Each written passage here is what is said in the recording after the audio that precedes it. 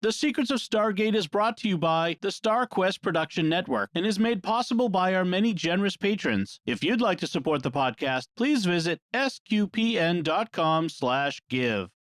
You're listening to The Secrets of Stargate, Episode 38.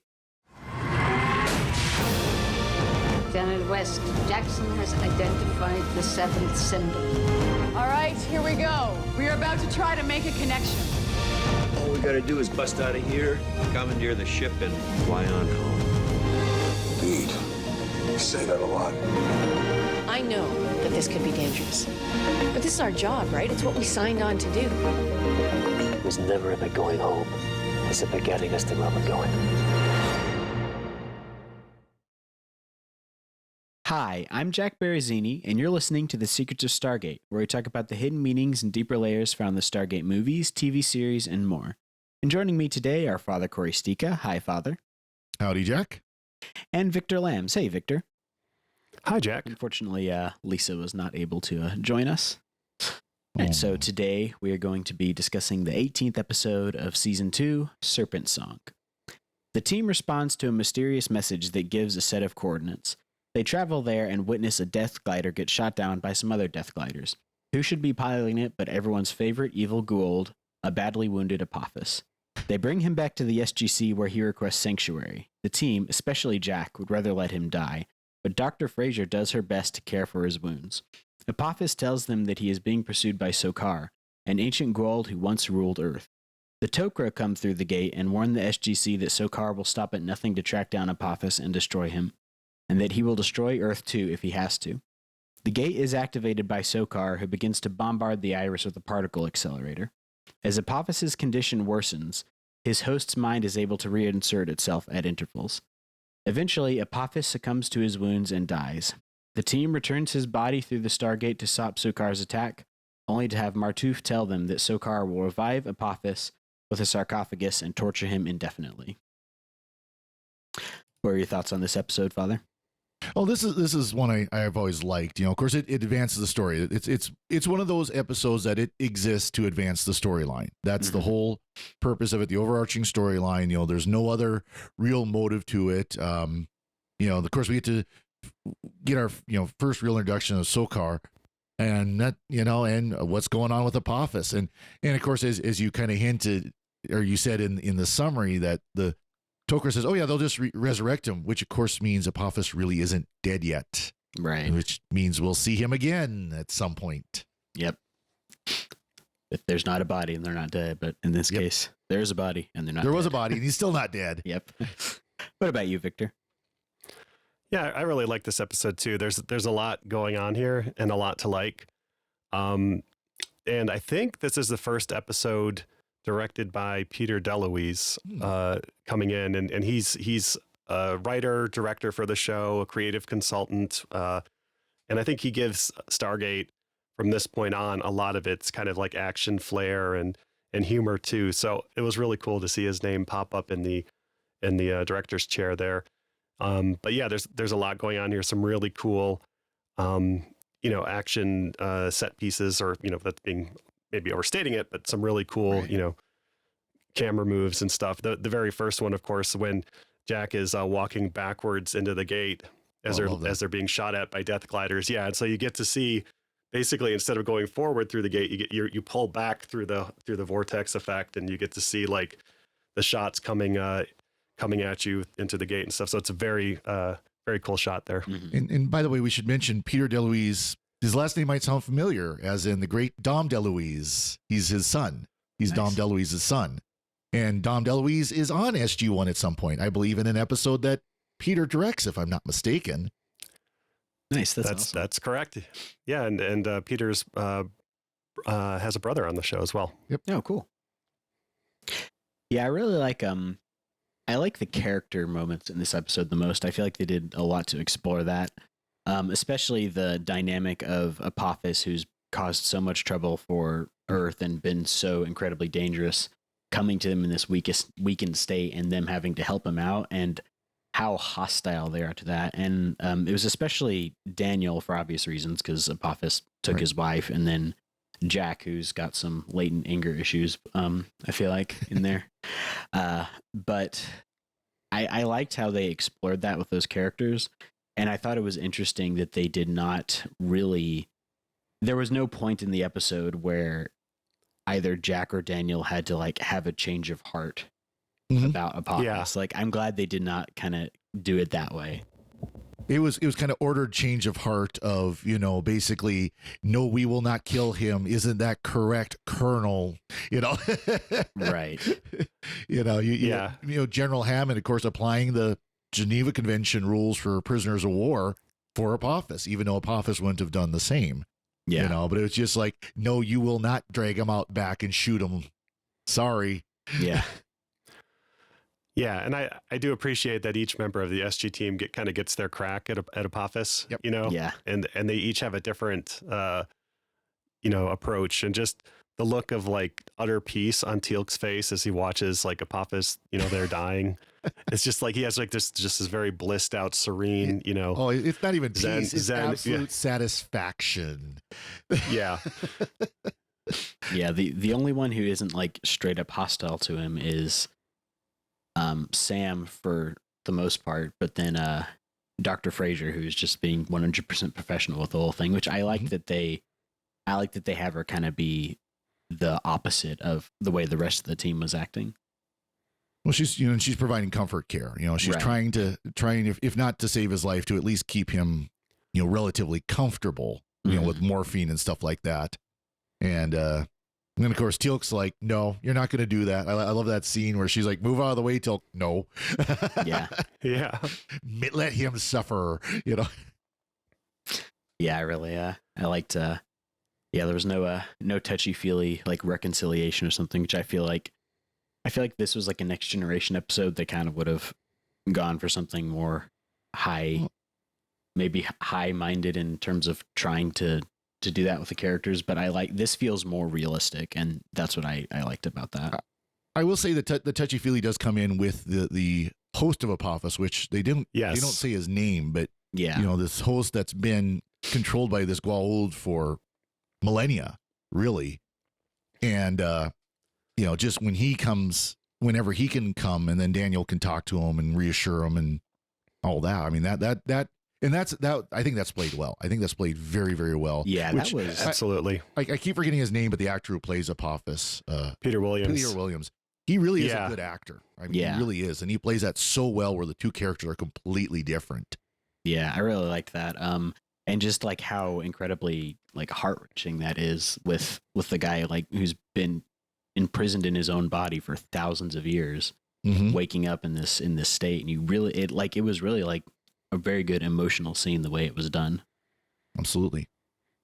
And the makeup effects too, as he gets more and more like withered and gaunt and stuff, and towards the end I'm just like, gosh, like I didn't know Peter Williams was like that's like skinny, that he could have like that much of a skull like appearance and stuff. It's just really effective, the makeup there that they use as well. Yeah, it was very good, like old age, like almost like decaying makeup.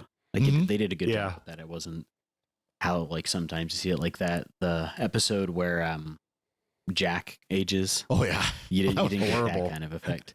But something that I was thinking of watching this episode is all the ancient Egyptian that they were speaking in.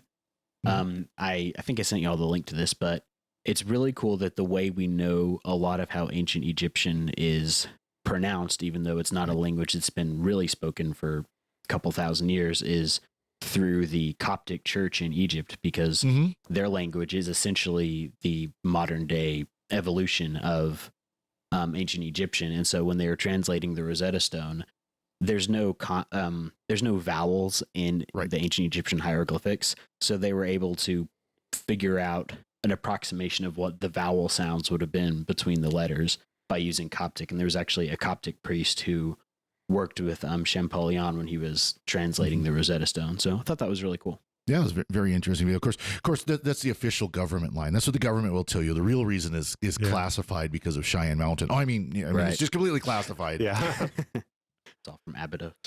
Yeah. We get to see the Tok'ra again, which is fun. Yep. We get to see Martouf show up, and that I thought was really really good as well. Martouf shows up, and they're being briefed on the situation, and he's all buddy with the humans, and it's like, oh yeah, you guys are clever, you guys are great. Then all of a sudden, Lantash, the Tok'ra symbiote, can't take it anymore, and it like takes over, and it's just like, you idiots, what are you doing here? You're so stupid and stuff. And so I thought that was a very nice transition too, between the host and the symbiote there. Yeah, I liked that swap off, and how he kind of has to apologize for him afterwards. Yep. Yeah, I do like I like the way that the Tok'ra are portrayed, where they're good guys, but their aims are different from Earth's in terms of what they're trying to accomplish. Like, they're allied, but they're almost allies out of necessity more than like we're actually buddy. So I like that dynamic that they play up there. Yeah.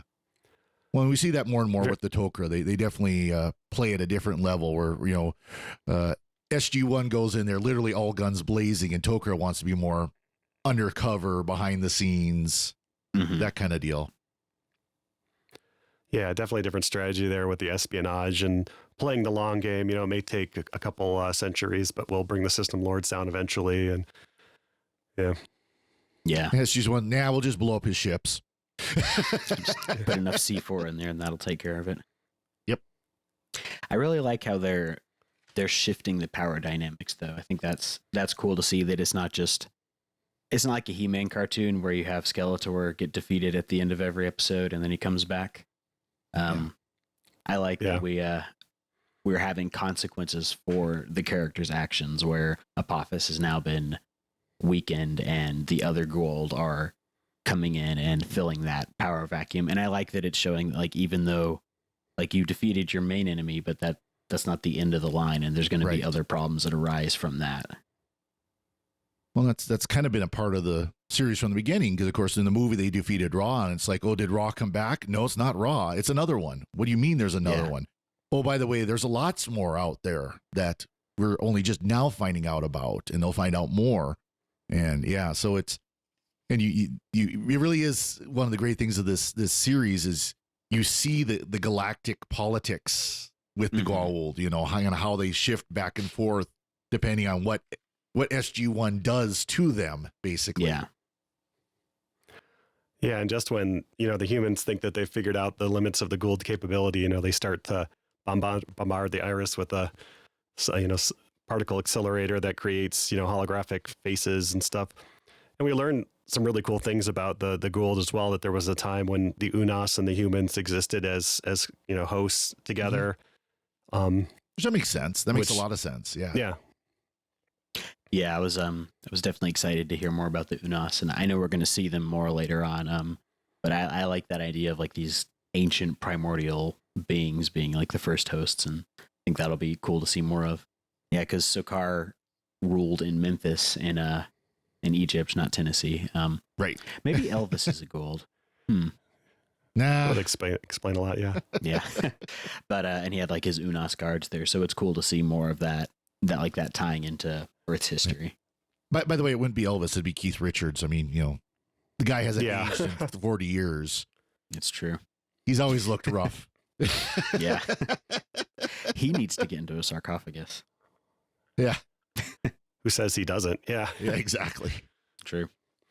But this episode written by Catherine Powers. I think probably her strongest episode to date, definitely. Nothing against like the, Thor's hammer, Thor's chariot, but there's some very good writing in this one.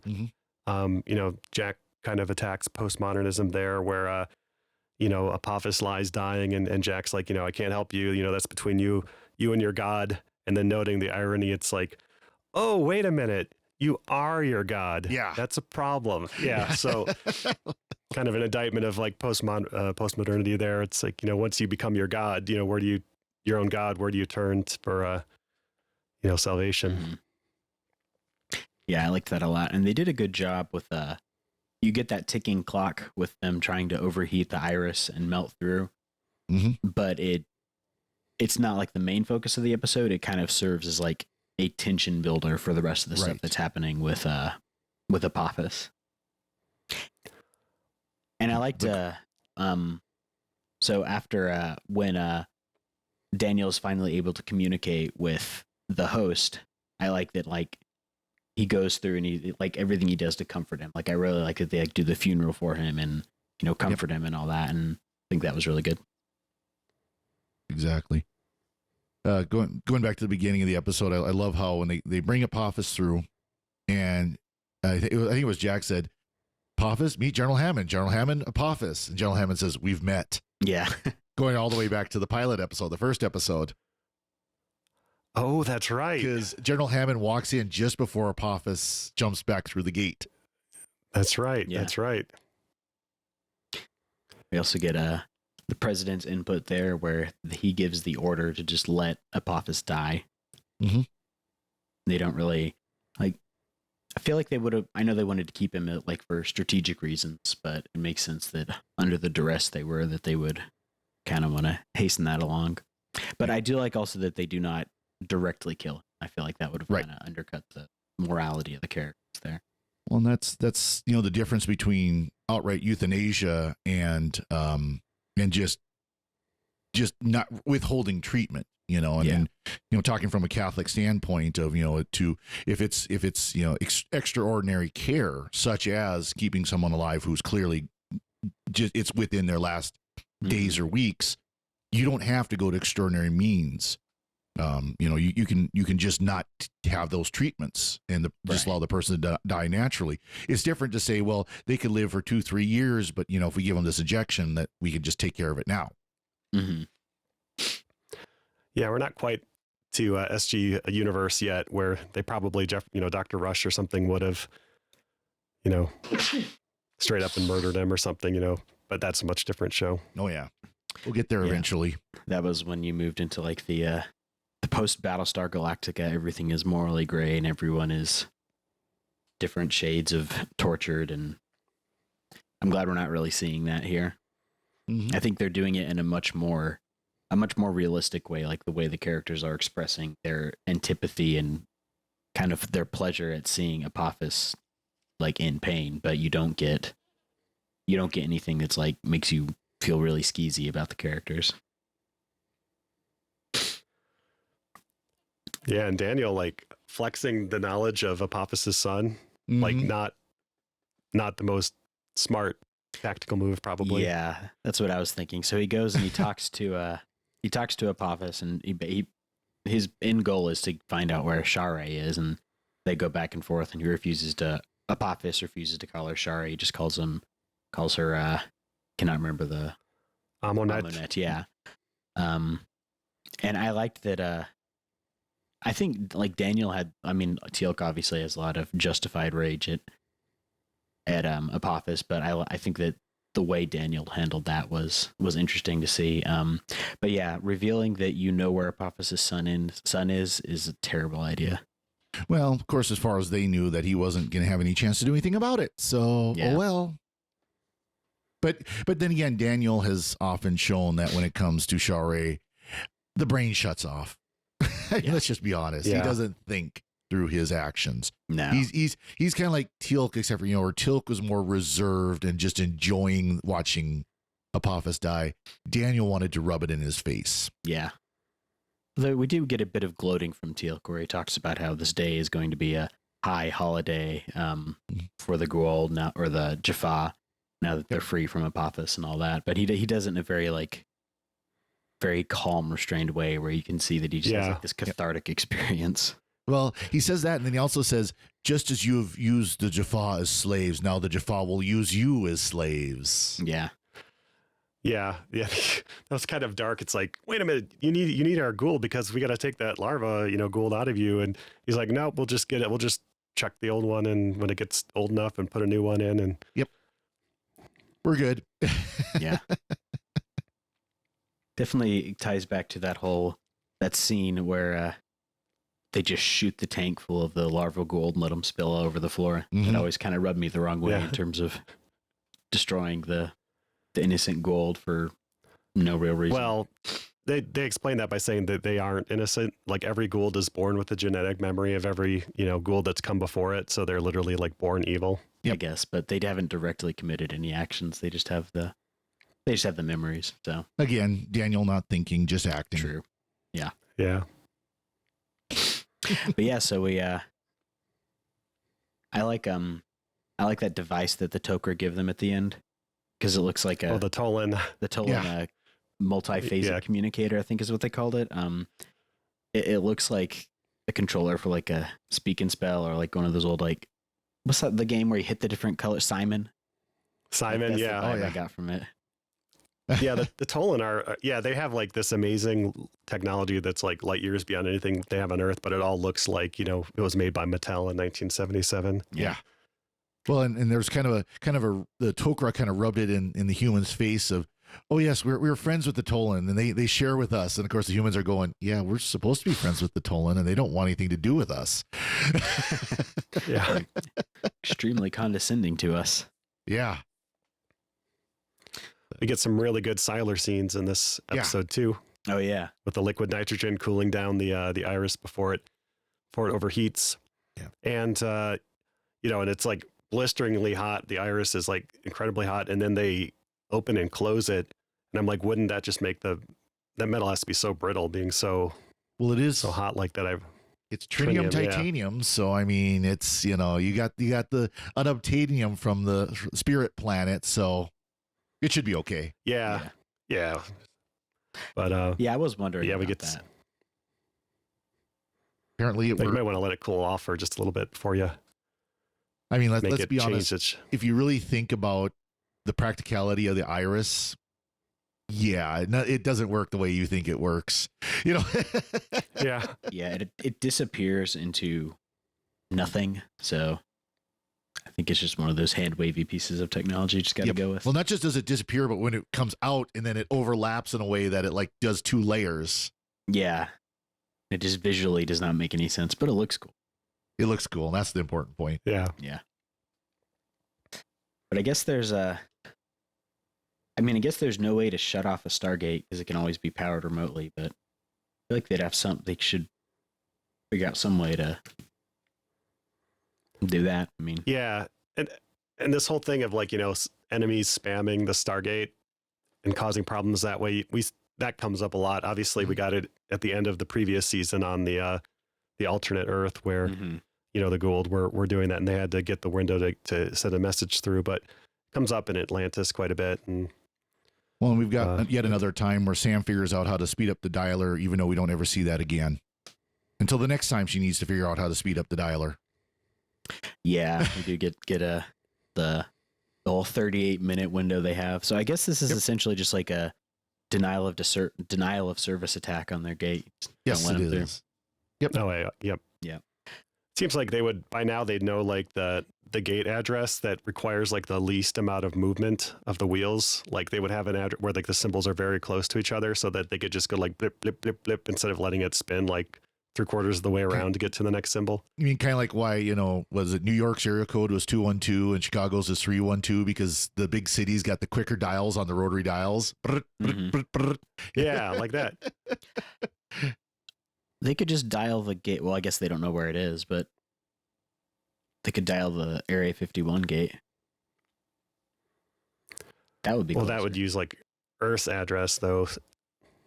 I don't know. Yeah, there's they talk about that every once in a while, how to handle the other gate and things like that. It does different things, so does different things depending on what the plot requires. Right, it moves at the speed of plot. Yep. I think there was I think it was Rick Berman at one point. Maybe Rick Berman or one of those guys who works on Next Generation audience member asked him how the inertial dampeners work, and he replied, "Very well, thank you." So it's one of those kind of things.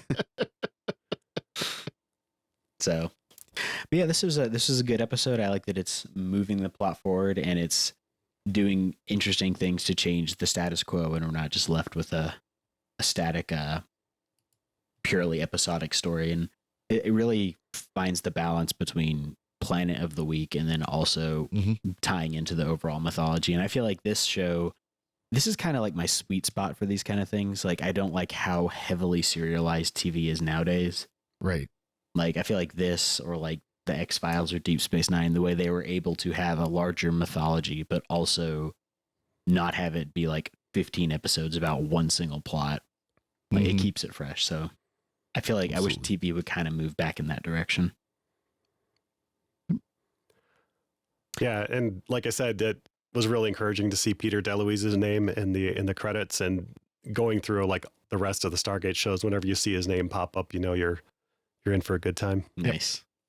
Yeah, and but yeah, I agree with you, Jack. I think that's one of the great qualities of SG1 is you have both the serial and the individual episodes, and you know, and it's not like Doctor Who, and this is New Who does this a lot, where you'll have an individual episode, but then they'll sneak something in there somewhere that feeds into the larger storyline. They didn't always do that with SG1. There would be just an episode that was a standalone single episode, had absolutely nothing to do with the larger plot line. And then they would have an episode like this, which was vice versa. This was a let's advance the larger plot line episode. Right. Yeah, it's definitely the best way to do it. Awesome. Did y'all have any other thoughts on this episode? I did have to laugh where, you know, they show them at the beginning wearing the desert camos. And those are the same camos I wore when I spent my 5 months over in Saudi Arabia. And I'll tell you what, those uniforms are comfortable. They're almost like pajamas. Nice. And part of it was because you were ordered, you were not allowed to iron or starch them because, of course, they're designed to let the heat out of your body so that you don't show up quite as brightly on infrared, meaning you become a smaller target on infrared. And so, yeah, you didn't have to care for them. You just took them out of the closet and shook them off and wore them. So they're comfortable and easy to use. Yeah. Nice. That's awesome. What about you, Victor? No, I really like this episode, and yeah, lots of good action. Like I said, I like the shot of the backwards, you know, trip through the Stargate. But then there's also another shot during the episode where we follow a bunch of airmen as they're running through the corridors of the of Stargate Command to get to the gate room, and I thought that was very cool as well because it really does show off the set, but also that, you know, this is an actual physical place, you know. So I like that. Yeah, definitely. It's always fun to see interesting camera work. I know you really like this episode, and I think you mentioned that you absolutely love the episode we're going to do next week. Oh, absolutely. Oh, yeah. Just wondrous. Yes. It's gonna be a fun one. Yeah, talk about. We did get some feedback. I don't know if you want to. Yeah, definitely. Mention that, but I think next week's episode won't do anything to change that person's mind. But, yeah, it might be a false step of an episode, but you never know. Yeah. Awesome. Yeah, we do have some feedback from Richard, who said, "Thanks for motivating me to finally watch SG1 on Netflix. I've watched up to season 1, episode 8, and I keep thinking I'm watching a Star Trek episode, sometimes multiple ones. First, the whole premise of Stargate reminds me of the TNG first season episode Conspiracy, or The Evil Trills in DS9. Star Trek has done many episodes with unnatural aging to quickly solve it in the last 5 minutes. Star Trek seems to really like showing mythical gods being space beings who enslaved Earth or took people from Earth. And I have to admit, I think SG has done a better job with these stories, but they are the same stories in new clothes. I hope they move away from this pattern, or I may give up on watching it." Yeah, well, of course, we talk about Emancipation, which literally is an TNG episode in new clothes. And actually, it's funny you mention, you know, being episode 8, which is the Nox. And of course, the next episode talked about aging is Brief Candle, which is all about lots of aging. So, yeah, you know, in many ways, of course, one issue of when you're dealing with stuff like science fiction is there's only so many stories you can tell. Right.